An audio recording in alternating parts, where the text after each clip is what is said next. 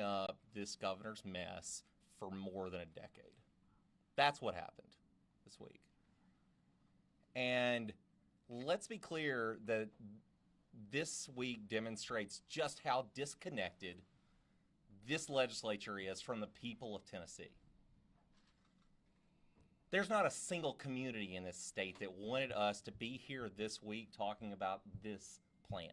And everybody in this building knows that we wouldn't be having this special session if it weren't for a bunch of out-of-state billionaires who've dumped money into campaigns, thrown threats at members, and hired teams of lobbyists to push something this unpopular and this dangerous through. And the way you can tell, this governor's working with an unprecedented supermajority of members in his own party, and this is a piece of legislation that squeaked past over the finish line with like 6-7 votes between the two chambers. And to do that, they had to do it in the shortest time window possible,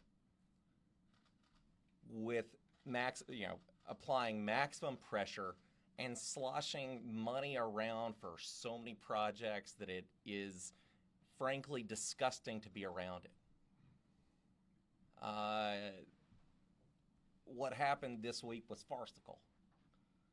We just adopted one of the most important changes to the funding of our #1 budget priority in 4 days, without any thought really about the long-term financial implications, without any time for members to speak with, visit with their school systems and learn what the real world implications of this are going to be. And frankly, based on a lot of broken promises that the governor's going to have a hard time keeping. They said that they can run this brand new program without any school system in the state losing any of its funding. We need to hold them to that broken promises and disturbing deals that we should all be ashamed about what's happening here. Because this legislature this week did not act in the public interest at all. And you can tell that by talking to the leaders of any community across the state. Small towns, suburbs, cities, West Tennessee, East Tennessee, Middle Tennessee, everywhere you go, we hear from local officials, school boards, the people who are running these towns who know that this is going to create a big problem. And so I hope that they are enjoying their victory lap today, because what they have saddled Tennessee with is a disaster that we're going to be cleaning up from for a long time. Sorry. I thank you all for being here. Appreciate it.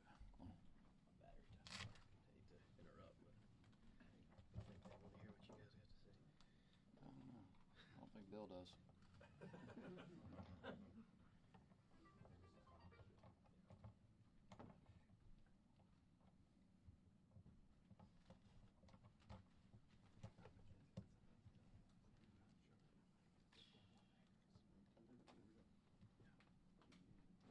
We good? All right, well, thank you. I think Senator Yarbrough teed it up pretty well. First of all, let me just colleagues in the Senate, I am incredibly proud to be a Democrat. Every Democrat worked their tail off this week under very difficult circumstances. We stuck together and we did an incredible job. Each and every member of our caucus in the Senate and the House did an incredible job pushing back against one of the biggest scams that's been pushed through that's supposed to operate. It's not how democracy is supposed to operate. And as Senator Yarbrough said, it's pretty telling that, when you went through the deliberative process last session, they didn't pass this bill. They didn't pass a voucher scam because the people of Tennessee had time. They were fully informed about what was happening to them rather than for them. And their only option was to start moving a lot of money around in a short window of time up until the last minute, hand out a bunch of grants, use flood relief as leverage, and move it through in less than 3 days, really. And that's pretty telling. It must be pretty sad to be a governor with a supermajority, and you have to operate like that just to pass your number one agenda item. That's pathetic. I'd be embarrassed if I were Governor Bill Lee. For what he did to Tennessee families, mine, I've got 3 children in public school, other people have children in public school up here. He just took direct aim at our public school system in all 95 counties. And it's going to damage and hurt our public schools for a generation or more. There's no way to hold harmless under this formula, under this bill. That's the biggest lie I've heard up here in some time. And again, it must be really tough when you have to misrepresent facts and blatantly lie just to pass your own legislation. That's pretty telling. But that's what this governor did, and that's what he sold to some of his members, and he used the money to move this around, used flood relief, which was just blatantly offensive. Because I'm proud of my fellow Democrats as well, because we came up here with one needed, overdue flood relief to the people of Northeast Tennessee. And we didn't even pass enough relief, to be honest with you, and we talked about that on the House floor.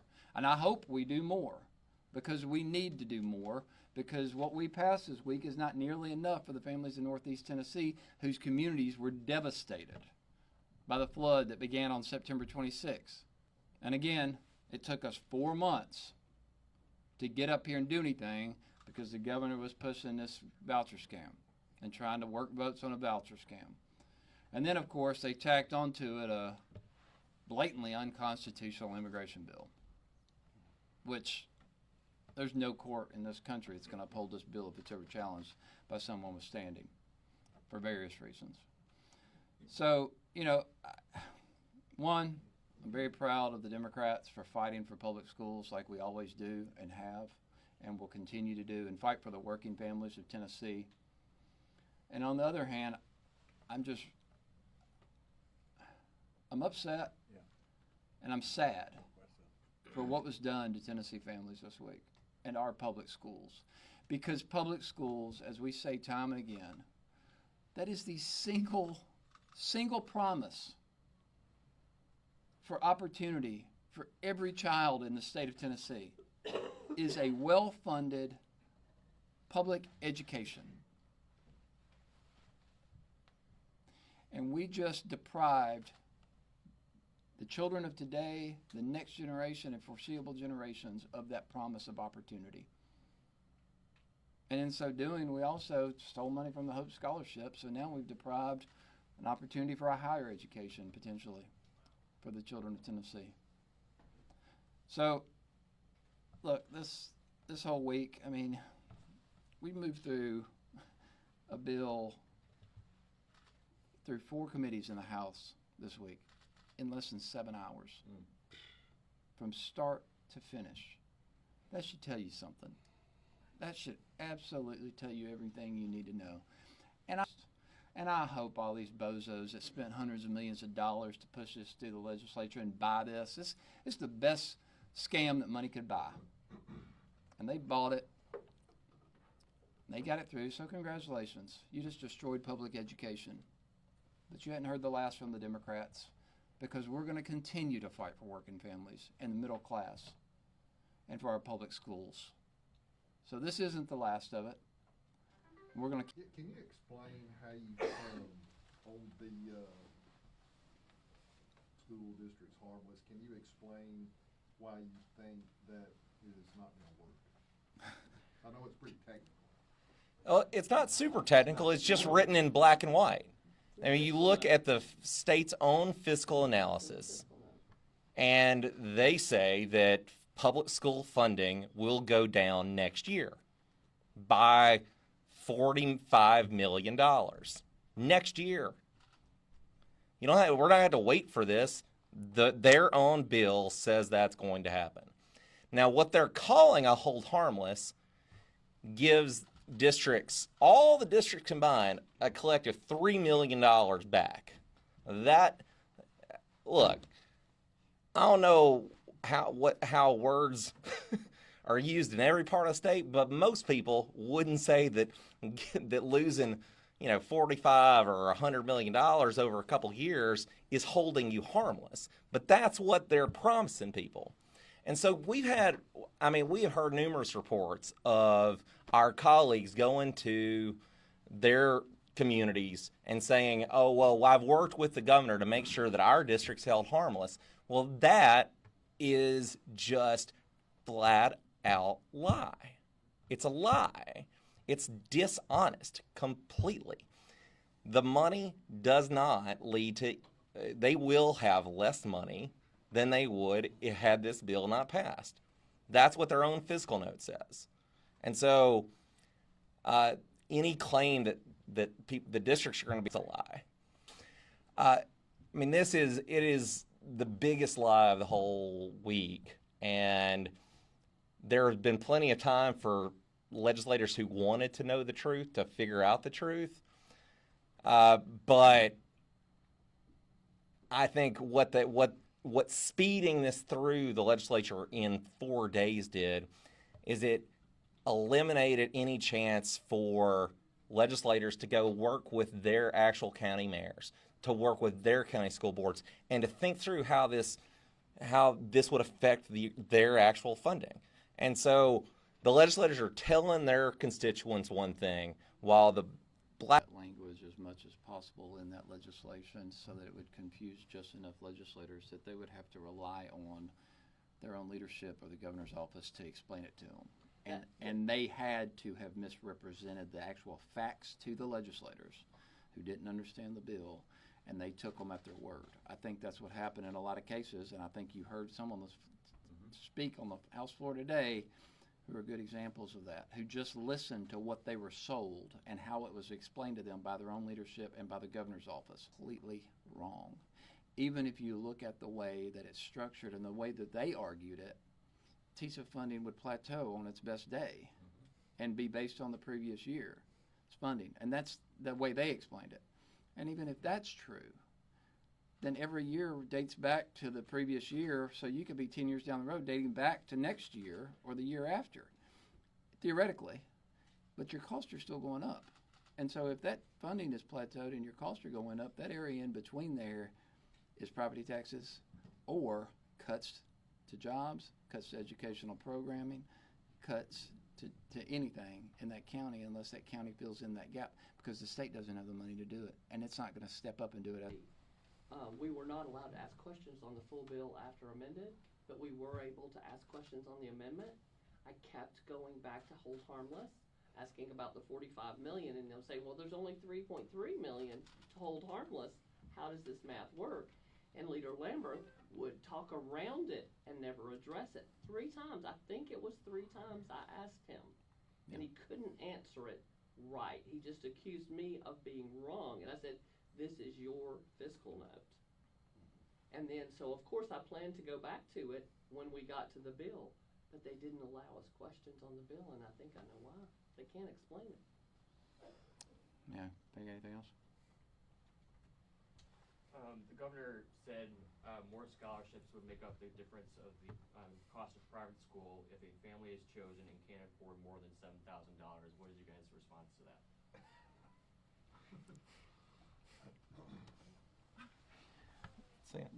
Please. I'm at a loss. You can't answer that question. There's no way. The governor, and I hope, are the people listening to what this governor is saying? This governor is saying there's magic money out there and we'll make a way. So, he's so used, he's never entered a private school until he became public school until he became governor. So, he thinks there's a magic, mountain of money. But to answer your question, that doesn't happen. That's not the way reality works. There's a finite amount that these schools are spending each year on scholarships. They're giving scholarships today. Primarily if you can throw a football or you can do a backwards flip and be a nice, if you're an athlete, These schools don't have the money, so it doesn't exist. So, but this goes back to what my colleagues are saying.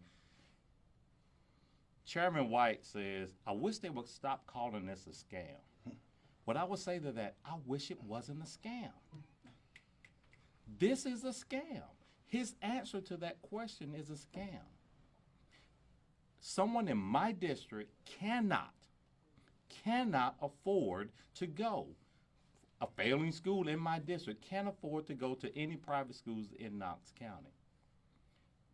Conveniently, as you know, the private schools aren't located in the inner cities, near struggling neighborhoods, so there's a transportation piece. And then there's an $8,000 gap, and as I pointed out today, there's maximum of $10,000 for them to spend leisurely each year, a family of 4.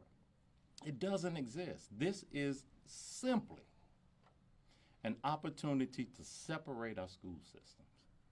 This is an opportunity to create 2 separate systems, and what he wants is one to pass and one to fail. And the sad part is, Knox County, we don't have many charter schools. We just opened our second one. We don't have many private schools. Why? Because our public schools work. But for every representative, except myself and Gloria Johnson, in my county, to vote for this is asinine. And it's probably because Chairman said they didn't read the bill. They didn't spend enough sad. On the budget, you guys tried to separate things out so that you could vote for disaster funding and education separately. Mm-hmm. They kept a precedent that you guys know of separating stuff out like that in a special session or even a regular session that you could kind of talk about. Just because they haven't done it doesn't mean it can't be done. We can pass any number of appropriations bills to fund any sort of thing. Of course, we're required to pass funding for anything that we pass if it's going to go into effect. But you can separate that any way you want to. But instead, they decided to make their members who oppose vouchers, almost 50, they had a large amount of people who oppose vouchers today. And I applaud them for having the courage to stand up and do what's right. Absolutely. And buck their party, buck their leadership, and buck this governor who's pushing a scam on the Tennessee people. And I applaud them for that, and I acknowledge that courage. But they also made them vote on both of those things as well. So we tried, and I want to make sure my members were able to go on the record and vote for that disaster relief and everything except for those vouchers. Mm-hmm. And we did that successfully. And, they like to say a lot of things. Oh, well, we've never done that. Or, well, this is traditionally done. Guess what? They run this place. They can do whatever they want within the rules. And that's within the rules. So, I call BS. I'll tell you what was unprecedented this week is the inclusion of millions of dollars worth of geographically targeted suite up here, where we were just addressing targeted issues that led to additional funding where members could trace those dollars to their districts. That didn't have anything to do with the bill we are considering today. It was just upside for people who voted yes. And that is, it's gross. I mean, that's all there is to it. I have been up here for 10 years and I've never seen this degree of strong-arming promises, gross behavior out of an administration to get a bill over the finish line. Period. Pretty pathetic they had to resort to that tactic. Yeah. On that, you saying that, it's not related to the call of the session. I think it was Pearson who had an amendment for a TASER study to the bill. And they wouldn't let him bring the amendment forward because it wasn't part of the call of special session. So, was it the call of the special session to give Sevier County $6.5 million for no good reason? That was not a call of the special session, but that's what happened today in the House and the Senate. So they get to selectively choose what the call is and what the call is not. They're drunk with power. We've got to representing our state, and until we get some balance, it's going to continue.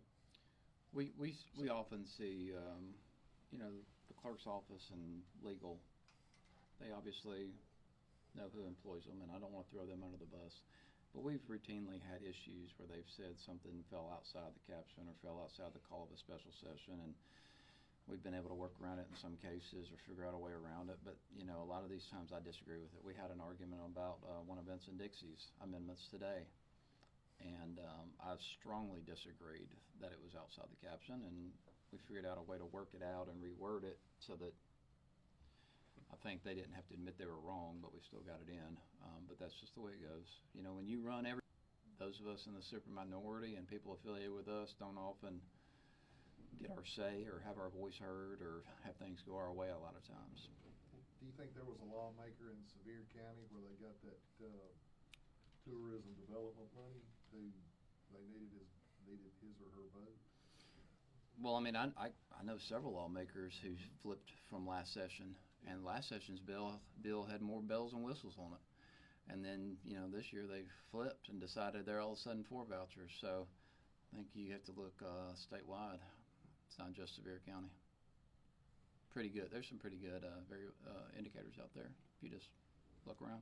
On the school voucher bill, Representative Gabby Salinas tried to fight for the exclusion of undocumented children to be able to be eligible for these scholarships.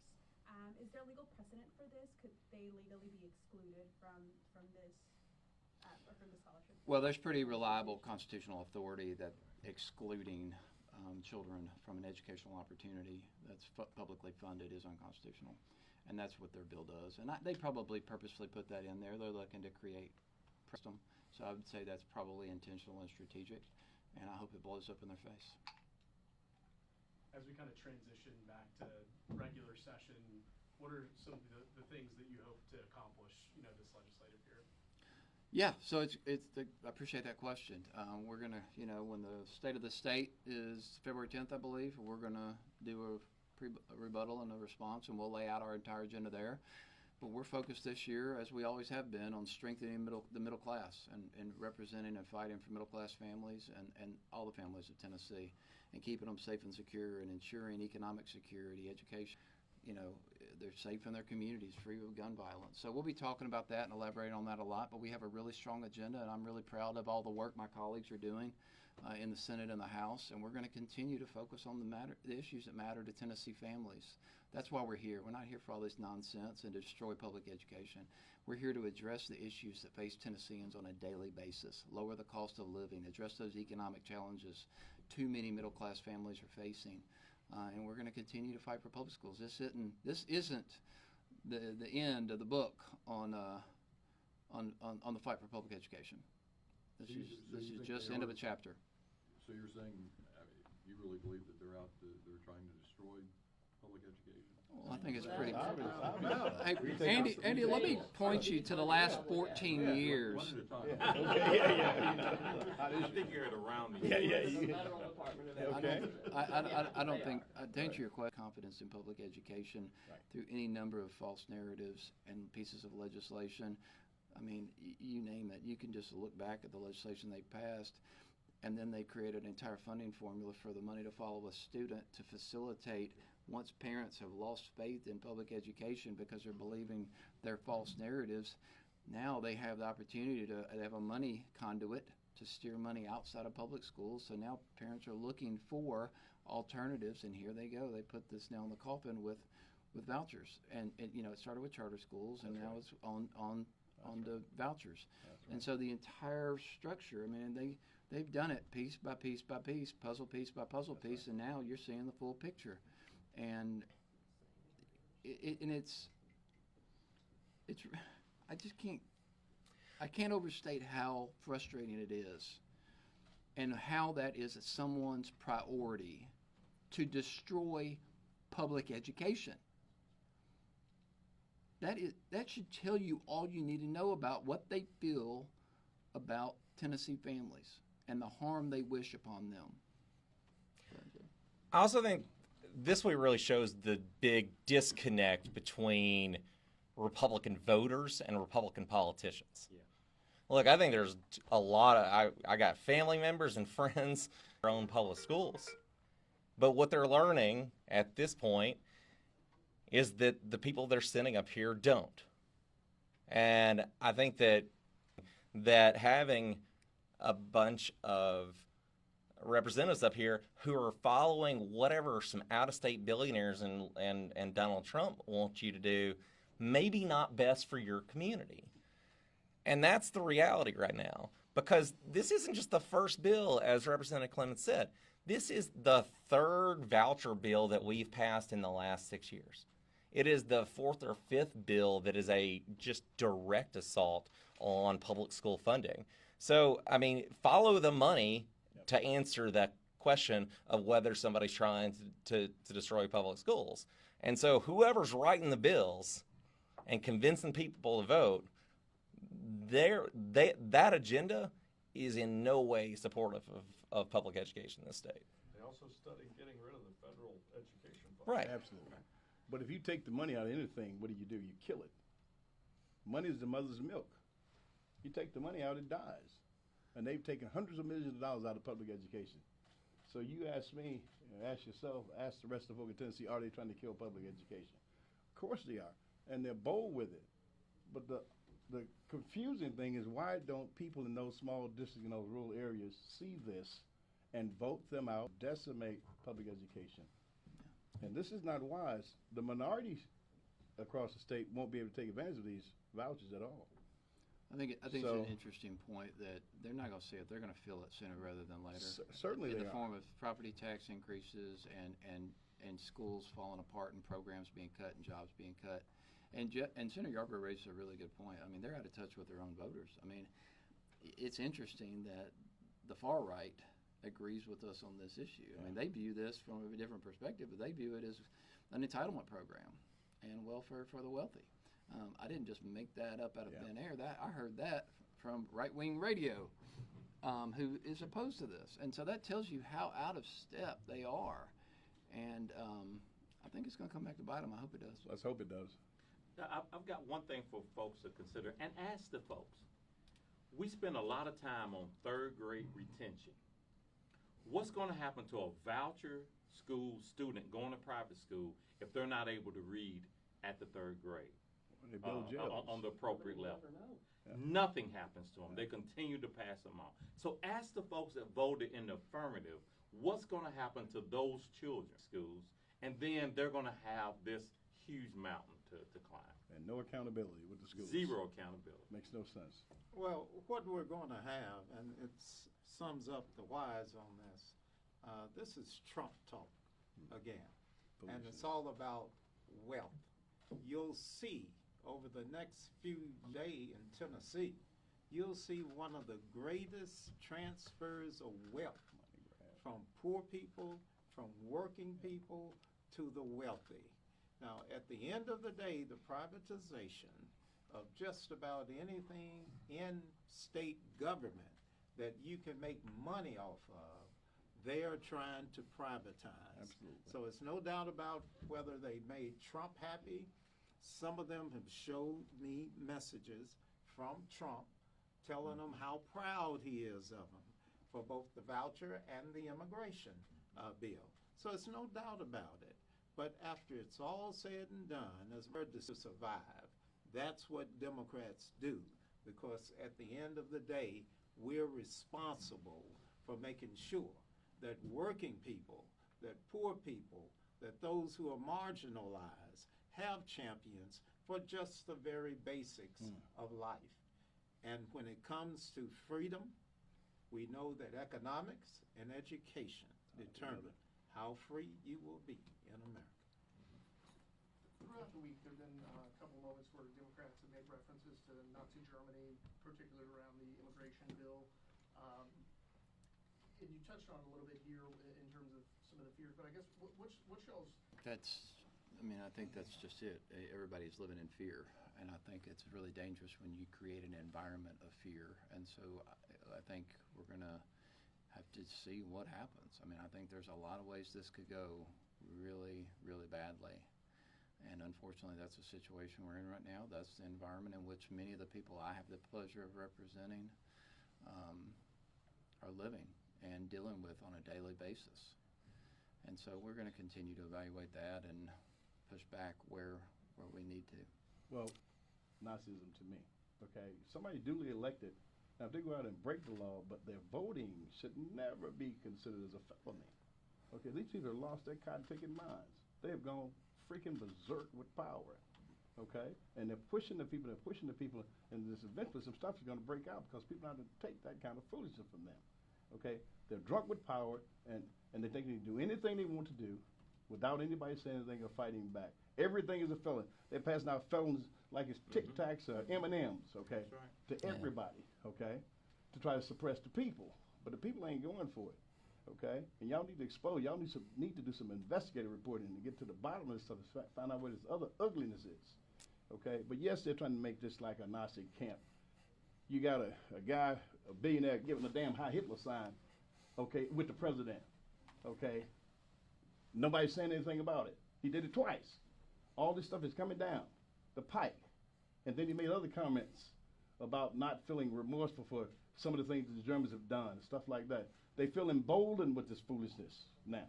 They feel emboldened on the streets, in the chambers, everywhere. So yes, we see it. You have to see it before it actually happens, okay? These are signs that they're giving, okay? But there will be some pushback, and there will be some hell to pay, because we're not going to accept that kind of foolishness. And I think what we have to watch here in Tennessee is it is a dangerous place when you see a legislature that is willing to run rampant past the rule of law and the Constitution. One of the immigration bill that we passed this week includes a provision that would have been unconstitutional before Tennessee was a state. It is a legal protection that dates back to the 1600s and has been part of every American state since the founding. And these guys just ran right past it this week without barely taking a breath. That's a dangerous place. Now, nobody up here wants to be overly alarmist, but when you see people who have power decide, and that's where we are. Well, and let's also talk about how dangerous this transfer of power is, and that's what it is.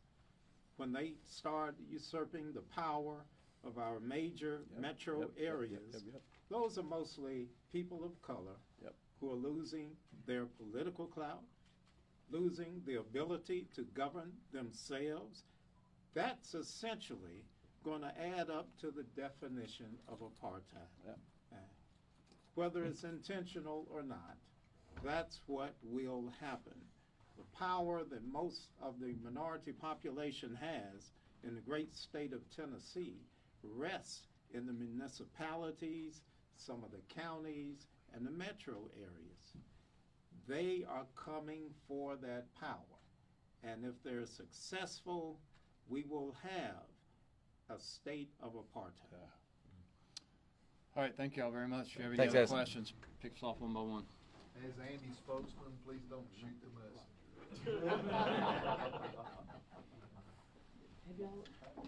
You already ate? I'm burning You up. already ate? No. Yeah, has anybody talked about it? Where'd you go? No. Who's it? Yeah, it's out. $500,000. You have 5 kids, and they all get vouchers.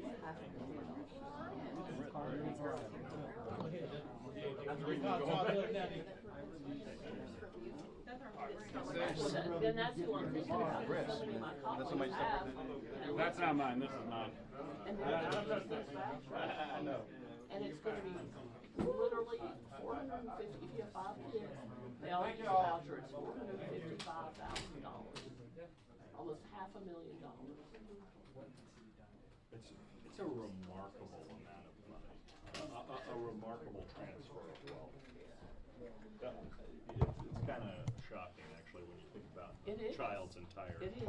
And career. they think to be asking questions. They really do. Well, and Jack Johnson